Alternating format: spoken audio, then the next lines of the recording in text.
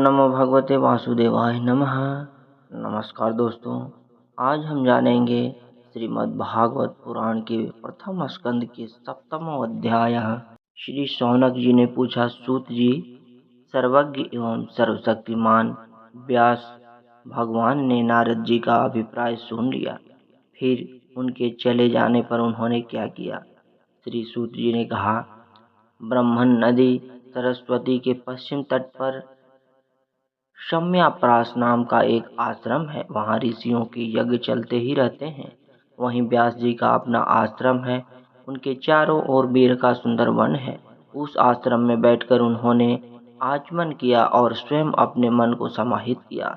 उन्होंने भक्ति योग के द्वारा अपने मन को पूर्णतया एकाग्र और निर्मल करके आदि पुरुष परमात्मा और उनके आश्रय से रहने वाली माया को देखा। इसी माया से मोहित होकर यह जीव तीनों गुणों से आतीत होने पर भी अपने को त्रिगुणात्मक मान लेते हैं और इस मान्यता के कारण होने वाले अनर्थों को भोगते हैं। इन अनर्थों की शांति का साक्षात साधन है केवल भगवान का भक्ति योग। परंतु संसार के लोग इस बात को नहीं जानते। यही समझकर उन्होंने इस परमहंसों की संहिता श्रीमद् भागवत की रचना की। इसके श्रवण मात्र से पुरुषोत्तम भगवान श्री कृष्ण के प्रति परम प्रेममयी भक्ति हो जाती है, जिससे जीव के शोक मोह और भय नष्ट हो जाते हैं। उन्होंने इस भगवान संहिता का निर्माण और पुनरावृत्ति करके इसी अपने निवृत्ति परायण पुत्र श्री सुखदेव जी को पढ़ाया। श्री शौनक जी ने पूछा, श्री सुखदेव जी तो अत्यंत निवृत्ति परायण और उन्हें किसी भी वस्तु की अपेक्षा नहीं है। वे सदा आत्मा में ही रमण करते हैं। फिर उन्होंने किस लिए इस विशाल ग्रंथ का अध्ययन किया? श्री सूत जी ने कहा, जो लोग ज्ञानी हैं, जिनकी अविद्या की गांठ खुल गई है और जो सदा आत्मा में ही रमण करने वाले हैं, वे भी भगवान की हेतु रहित भक्ति किया करते हैं, क्योंकि भगवान के गुण ही ऐसे मधुर हैं जो उन सबको अपनी ओर खींच लेते हैं। फिर श्री सुखदेव जी तो भगवान के भक्तों की अत्यंत प्रिय और स्वयं भगवान वेद व्यास के पुत्र हैं। भगवान के गुणों ने उनके हृदय को अपनी ओर खींच लिया और उन्होंने उससे विवश होकर ही इस विशाल ग्रंथ का अध्ययन किया। शौनक जी, अब मैं राजर्षि परीक्षित के जन्म, कर्म और मोक्ष की तथा पांडवों के स्वर्गारोहण की कथा कहता हूँ, क्योंकि इन्हीं से भगवान श्री कृष्ण की अनेकों कथाओं का उदय होता है। जिस समय महाभारत युद्ध में कौरव और पांडव दोनों पक्षों के बहुत से वीर वीर गति को प्राप्त हो चुके थे और भीमसेन की गदा के प्रहार से दुर्योधन की जांघ टूट चुकी थी, तब अश्वत्थामा ने अपने स्वामी दुर्योधन का प्रिय कार्य समझकर द्रौपदी के सोते हुए पुत्रों के सिर काटकर उसे भेंट किए। यह घटना दुर्योधन को अप्रिय लगी, क्योंकि ऐसे नीच कर्म की सभी निंदा करते हैं। उन बालकों की माता द्रौपदी अपने पुत्रों का निधन सुनकर अत्यंत दुखी हो गई। उसकी आंखों में आंसू छलछला आए, वह रोने लगी। अर्जुन ने उसे सांत्वना देते हुए कहा, कल्याणी, मैं तुम्हारे आंसू तब पोंछूंगा जब उस आतताई ब्रह्मणधम का सिर गांडवी धनुष के बाणों से काटकर तुम्हें भेंट करूंगा और पुत्रों की अंत्येष्टि क्रिया के बाद तुम उस पर पैर रखकर स्नान करोगी। अर्जुन ने इन मीठी और विचित्र बातों से द्रौपदी को सांत्वना दी और अपने मित्र भगवान श्री कृष्ण की सलाह से उन्हें सारथी बनाकर कवच धारण कर और अपने भयानक गंडवी धनुषों को लेकर वे रथ पर सवार हुए तथा गुरुपुत्र अश्वत्थामा के पीछे दौड़ पड़े। बच्चों की हत्यारा से अश्वत्थामा की मन उद्विग्न हो गया था। जब उसने दूर से ही देखा कि अर्जुन मेरी ओर झपट रहे हैं, तब वह अपने प्राणों की रक्षा के लिए पृथ्वी पर जहां तक भाग सकता था, रुद्र से भयभीत सूर्य की भांति भागता रहा। जब उसने देखा कि मेरे रथ के घोड़े थक गए हैं और मैं बिल्कुल अकेला हूँ, तब उसने अपने को बचाने का एकमात्र साधन ब्रह्मास्त्र ही समझा। यद्यपि उसे ब्रह्मास्त्र को लौटाने की विधि मालूम न थी, फिर भी प्राण संकट देखकर उसने आचमन किया और ध्यानस्थ होकर ब्रह्मास्त्र का संधान किया। उस अस्त्र में जब सब दिशाओं में एक बड़ा प्रचंड तेज फैल गया, अर्जुन ने देखा कि अब तो मेरे प्राणों पर ही आवनी है। अब उन्होंने श्री कृष्ण से प्रार्थना की। अर्जुन ने कहा, श्री कृष्ण, तुम सच्चिदानंद स्वरूप परमात्मा हो, तुम्हारी शक्ति अनन्य है। तुम ही भक्तों को अभय देने वाले हो, जो संसार की धधकती हुई आग में जल रहे हैं। उन जीवों को सबसे उबारने वाले एकमात्र तुम ही हो। तुम प्रकृति से परे रहने वाले आदि पुरुष साक्षात परमेश्वर हो। अपने चित्त शक्ति से बहिरंग और त्रिगुणमयी माया को दूर भगाकर अपने अद्वितीय स्वरूप में स्थित हो। वहीं तुम अपने प्रभाव से माया मोहित जीवों के लिए धर्मादि रूप कल्याण का विधान करते हो। तुम्हारा यह अवतार पृथ्वी का भार हरण करने के लिए और तुम्हारे अन्य प्रेमी भक्त जनों के निरंतर स्मरण ध्यान करने के लिए है। स्वयं प्रकाशवान स्वरूप श्री कृष्ण, यह भयंकर तेज अब ओर से मेरी ओर आ रहा है। यह क्या है, कहाँ से क्यों आ रहा है, इसका मुझे बिल्कुल पता नहीं है। भगवान ने कहा, अर्जुन, यह अश्वत्थामा का चलाया हुआ ब्रह्मास्त्र है।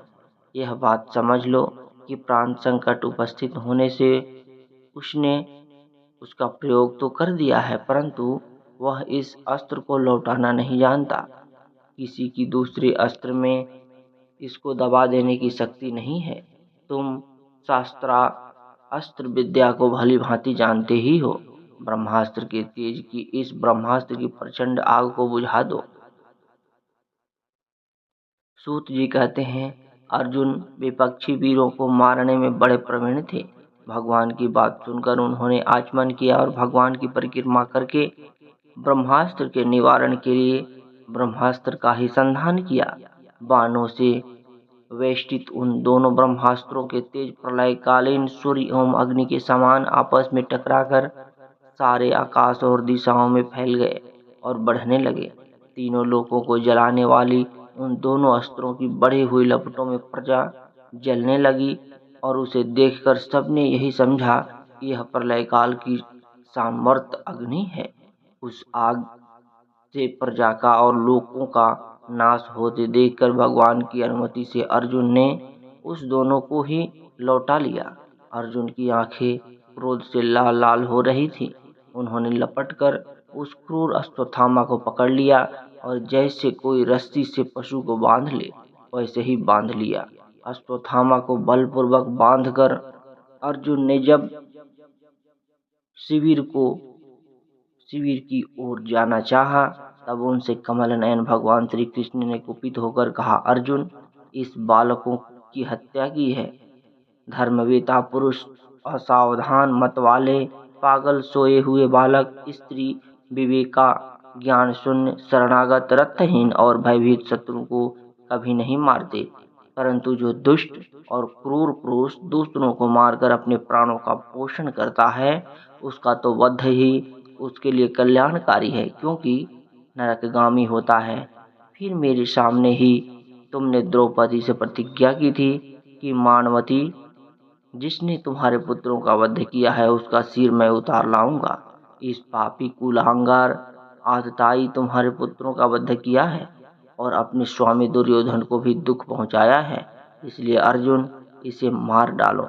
भगवान श्री कृष्ण ने अर्जुन के धर्म की परीक्षा लेने के लिए इस प्रकार प्रेरणा की, परंतु अर्जुन का हृदय महान था। यद्यपि अश्वत्थामा ने उनके पुत्रों की हत्या की थी, फिर भी अर्जुन ने मन में गुरुपुत्र को मारने की इच्छा नहीं हुई। इसके बाद अपने मित्र और सारथी श्री कृष्ण के साथ वे अपने युद्ध शिविर में पहुंचे।